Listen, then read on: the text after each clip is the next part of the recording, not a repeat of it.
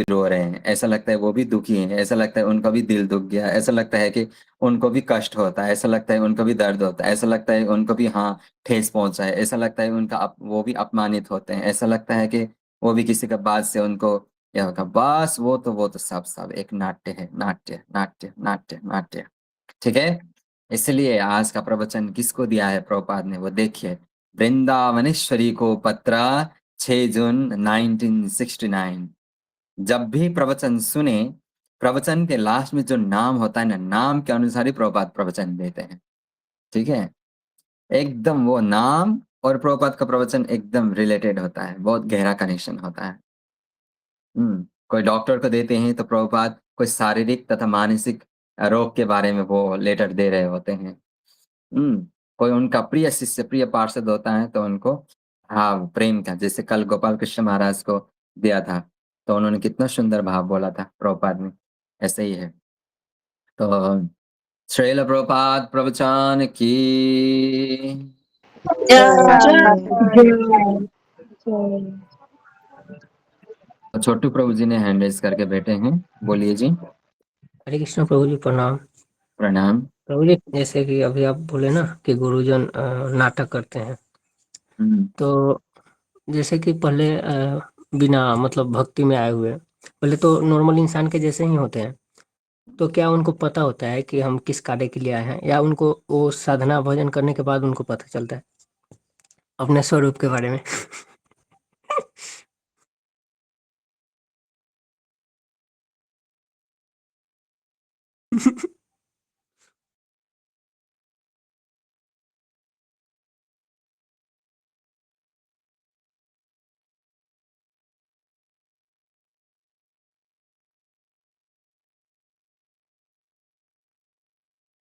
अभी मैं क्या चबा रहा हूँ? काजू पिस्ता? जी प्रभु मुझे पता है कि नहीं है मैं काजू पिस्ता चबा रहा हूँ। जी। यही है उत्तर।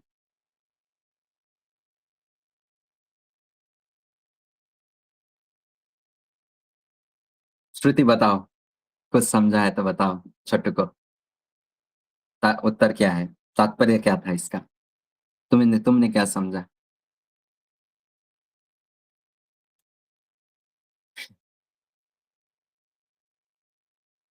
बोलो, कुछ बोलो। ओके, अनुराधा बोलो।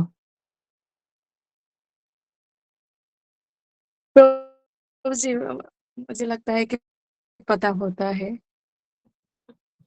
पता होता है। हम्म अगर सोचो, अगर उनको पता नहीं होता, अपने स्वरूप के बारे में जानकारी नहीं होता, तो फिर वो स्वरूप सिद्ध ही कैसे होते, और फिर हम लोगों को वो परम सत्य से अवगत कैसे कराते हैं? अगर उनको कुछ नहीं पता होता, फिर साधन भजन करने के बाद ही उनको पता होता, तो फिर उनमें और हम में क्या फर्क हुआ? उनको सब पता होता है। बस वो एक साधारण मनुष्य की तरह वो लीला करते हैं। अगर उनको ही नहीं पता, जन्म सिद्ध ही उनको नहीं पता कि ये मैं कौन हूँ, तो फिर हम सब लोगों को फिर मैं कौन हूँ से कैसे अवगत कराएगा? जैसे भगवान बोलते हैं, उपदेक्षन्ति ते ज्ञानम ज्ञानिनस्तत्व दर्शन। जिन्होंने परम सत्य का दर्शन किया है, जो अपने स्वरूप को जानता है, जो अपना स्वरूप सिद्ध व्यक्ति है, जिन्होंने अपने स्वरूप को स्थापित किया है, ऐसे व्यक्ति ही तुमको मेरे स्वरूप के बारे में बता सकता है, मेरे तक मुझ तक पहुंचा सकता है। बाकी तो खुद को जानता ही नहीं है। जो खुद को ही नहीं जानता, बाद में साधन भजन करने के बाद खुद को जानेगा, फिर वो तो फिर अलग बात हो गया। लेकिन हाँ, भगवान को कुछ कहानी सुनाना होता है, भगवान को कुछ कहानी देना होता है, और एक स्टोरी ऐसा देना होता है कि वहाँ पर बहुत प्रकार के सस्पेंस हो, या क्या बोले उसको, ट्विस्ट हो, या रोमांच हो, रोमांच रोमांस नहीं, रोमांच हो, फिर उत्साह हो, उमंग हो, बहुत प्रकार के। इसलिए उनको पहले क्या कराता है, वो जन्म लेता है, फिर उनका जन्म अलग प्रकार का होता है, फिर वो थोड़ा बड़े हो जाते हैं, जीवन में संघर्ष करते हैं, भौतिक पढ़ाई करते हैं, माता-पिता फिर ये करते हैं, छोड़ देते हैं, माता-पिता भक्ति करने नहीं देता, फिर वो घर छोड़ के निकल जाते हैं, फिर भगवान के फिर वो बहुत कष्ट करते हैं, देश-विदेश जाते हैं, यहाँ भ्रमण करते हैं, वहाँ भ्रमण करते हैं, फिर एक दिन अचानक से किसी रिलीजन को फ़ॉलो करते हैं, फिर एक दिन अचानक से वहाँ पर मन नहीं लगता, फिर वो संसार में भटकते हैं। फिर एक दिन जाता है कि कृष्ण भक्ति में पहली बार वो भगवद गीता को सुनते हैं, तो ऐसा लगता है कि मानो उन्होंने जीवन में सब कुछ पा लिया, फिर उसी फिर कृष्ण भक्ति में वहीं पर लग जाएँगे। ये सब एक साधारण मनुष्य की तरह ये एक स्टोरी भगवान पहले ही सेट करके भेजते हैं, ताकि ये ऐसा स्टोरी इसलिए बनाते हैं, ताकि हम सब लोग वो प्रेरणा लें कि अरे भाई, जिस गुरु के शरणागत मैं हूँ, मेरे गुरु के भी जीवन में ऐसा हुआ है। तो अवश्य ही मुझे भी कुछ सीखना पड़ेगा अपने गुरु के जीवन से। अरे उन्होंने भी तो साधारण मनुष्य की तरह संघर्ष किया, धन कमाया, परिवार को पाला, पोसा, अपना कर्तव्य निभाया, सबको खुश रखने की कोशिश की, फिर अंततः उन्होंने सत्य की खोज की और फिर परमानंद में लीन हो गए।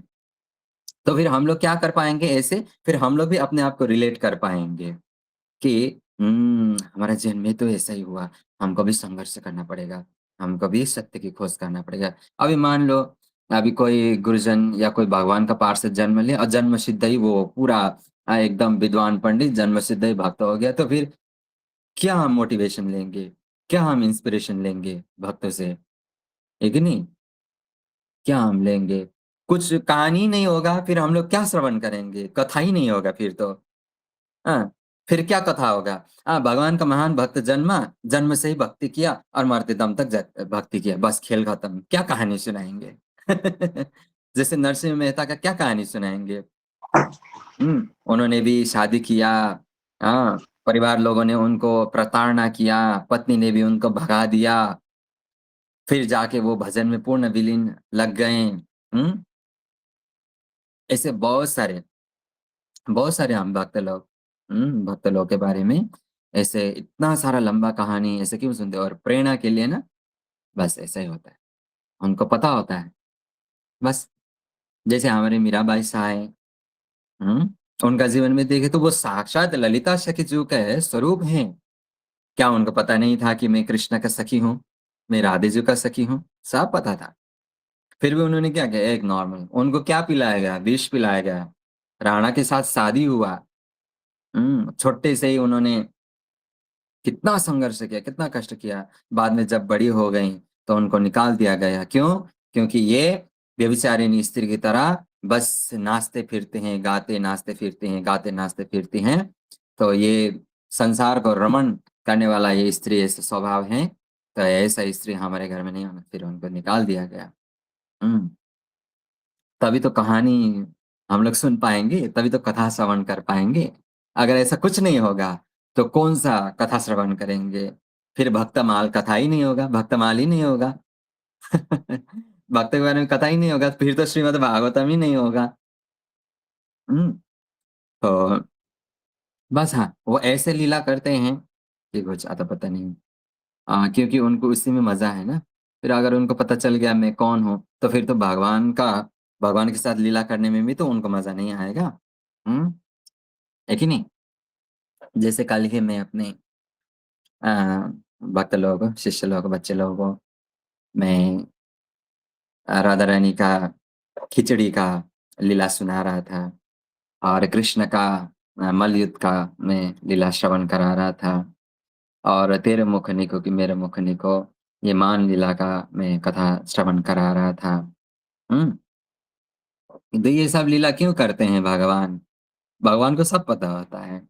जैसे कलावली का लीला मैं सुना रहा था, जहाँ पर भगवान बहुरूपिया लीलनहार का मैं कथा श्रवण करा रहा था। हुँ? तो भगवान कभी लीलनहार बन के आते हैं, यानी कि मेहंदी रचाने वाला या तो टैटू बनाने वाला बन के आते हैं। क्यों? क्योंकि बहुत समय से किशोरी जी का दर्शन नहीं हो पा रहा है। किशोरी जी घर से नहीं निकल रहा है, क्योंकि हमारे किशोरी जी इतना सुंदर थे, इतना सुंदर, अरे बाप रे! वो तो भुवन सुंदर को भी मोहित करने वाले। वो त्रिलोक सुंदरी है, त्रिपुरा सुंदरी है, हुँ, अशोक सुंदरी है, अमोघ सुंदरी है। उनकी सुंदरता तो कृष्ण से भी तुलना नहीं किया जा सकता। कृष्ण का अगर सोचिए, कृष्ण की सुंदरता के बारे में हम लोग वर्णन नहीं कर सकते। उस कृष्ण की पूर्ण सुंदरता को अगर हम लोग तुलना करें, तो केवल श्रीमती राधा रानी की कटाक्ष नयन का जो छोटा-सा नकछटा भाग होता है ना, एकदम छोटा-सा भाग, उतना सुंदर तो केवल हमारे कृष्ण राधा रानी हमारे स्वामी जी के तो नयन है नयन। नयन के एक छोटा-सा भाग। कृष्ण की पूर्ण सौंदर्यता को अगर तुलना करें राधा रानी की सौंदर्यता से, तो केवल कृष्ण राधा रानी का नयन। राधा रानी नयन से है उनका, क्योंकि आँखें तो यहाँ तक होता है, कान तक होता है, तो हम जैसे कोई साइड में देखने के लिए हम लोगों को जैसे सिर ऐसे करना पड़ता है, हमारे राधा कृष्ण, हमारे स्वामी-स्वामी जी को ऐसा नहीं करना पड़ता। वो सीधा ही साइड में आँखें डाल के देख सकते हैं। जैसे गौ माता साइड से सब देखती हैं आँखों से, उसी प्रकार से। तो नयन रखोने।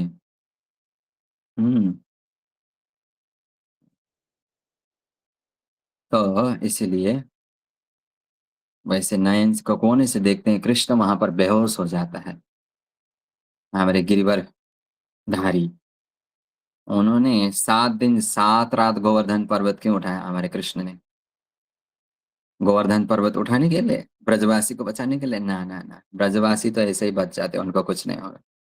हमारे स्वामिनी जी को एक टक देखने के लिए उन्होंने ये लीला रचा। 7 दिन 7 रात, क्योंकि वो अरे कृष्ण तो वो संतुष्ट ही नहीं होते राधा रानी को देखकर। तो इसलिए कृष्ण चाहते थे, क्योंकि कृष्ण जानते थे, अभी थोड़ा समय बाद उनको ब्रज छोड़कर जाना है। तो कृष्ण चाहते थे कि मैं अपने स्वामिनी को जी भर के देख लूँ। बस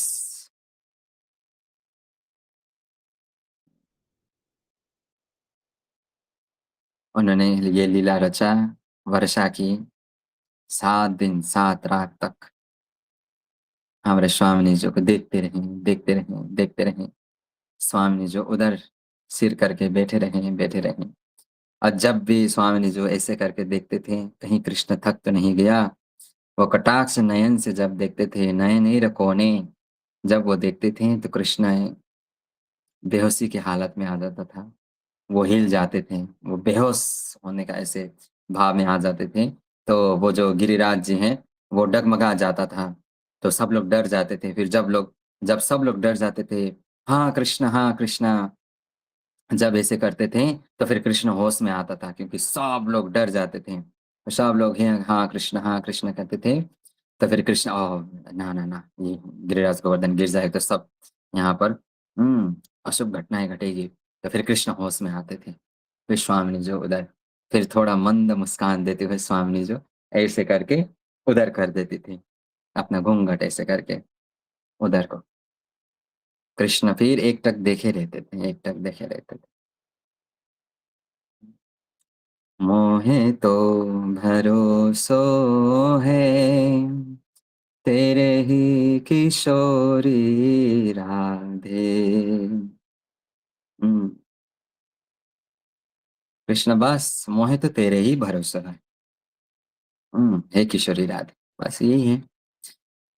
हाँ, तो ऐसे हमारे श्यामा श्याम जी के चरणों के नित्य सेवक सेविका जब इस धरती में आ जाते हैं, तो वो कैसे इस संसार से टच रह सकते हैं?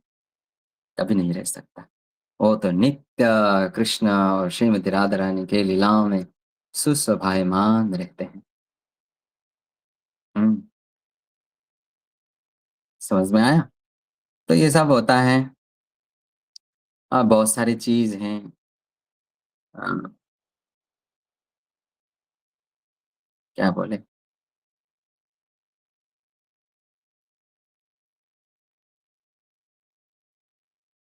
ज़्यादा इसके बारे में बोलेंगे तो फिर खो ही जाएँगे हम लोग तो।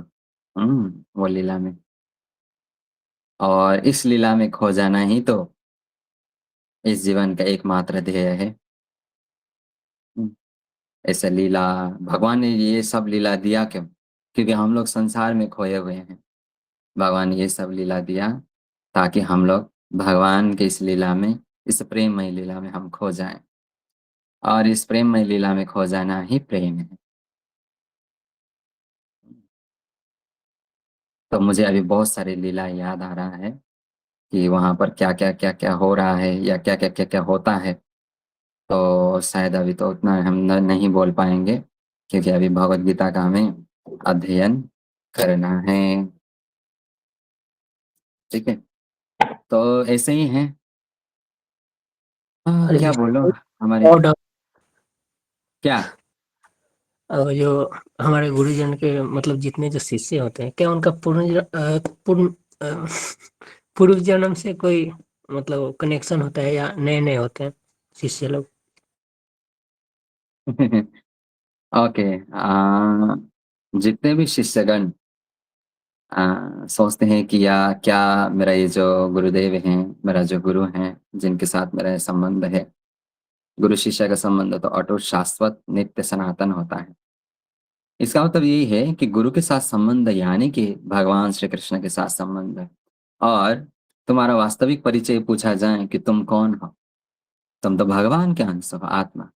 इसलिए गुरु के साथ तुम्हारा नित्य संबंध है। हमेशा से था और हमेशा रहेगा। ये संबंध तुम कोशिश भी करोगे फिर भी नहीं टूट पाएगा। कभी नहीं टूटेगा। ये होगा ही नहीं। तुम जितना भी कोशिश करो। माता-पिता, भाई-बंधु, सखा, देश, राष्ट्र, संपत्ति, घर, परिवार, ये साज-सज्जा और ये संसार यहाँ से एक दिन सब कुछ टूट जाएगा, बिखर जाएगा। तुम दूसरे को अपना मानकर धारण करोगे, लेकिन कृष्ण और गुरु, ये तो शाश्वत संबंध है।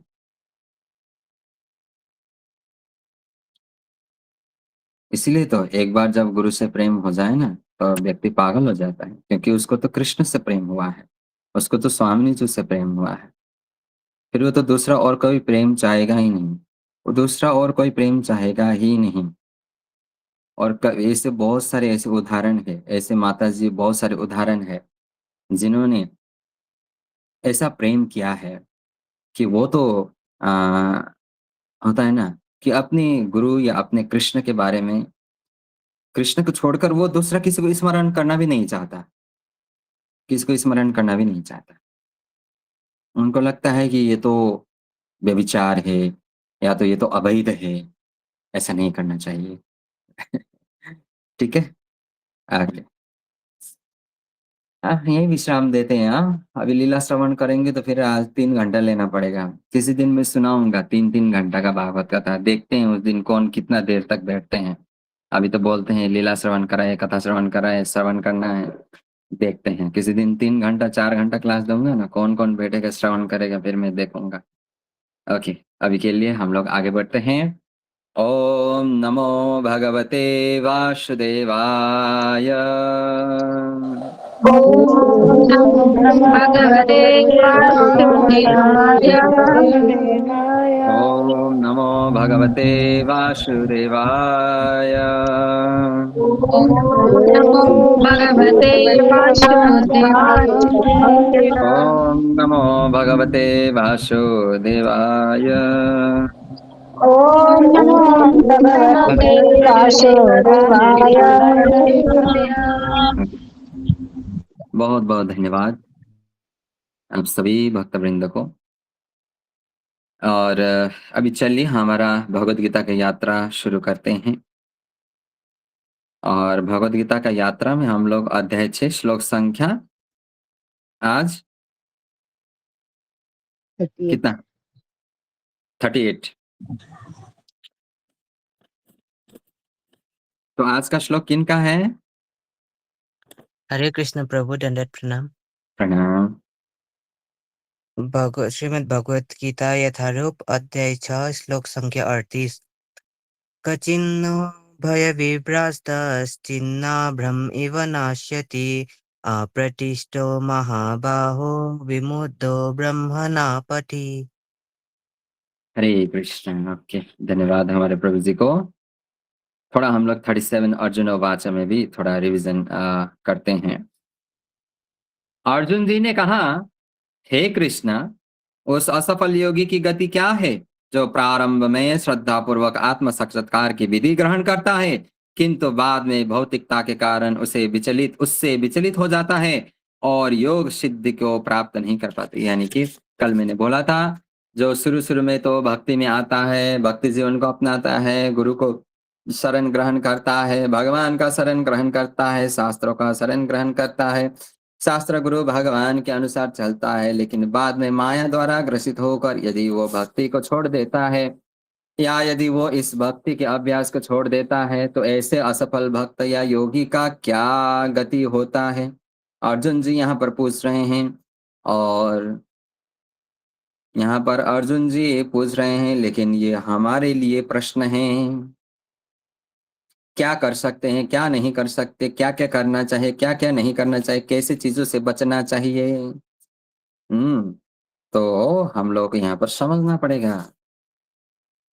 अच्छा, हमारे शारदा माता जी ने जो मुझे रिक्वेस्ट किया है, परसों के दिन प्रभुपाद के बारे में श्रवण कराना, ये हम लोग कल कराएँगे क्योंकि कल संडे है।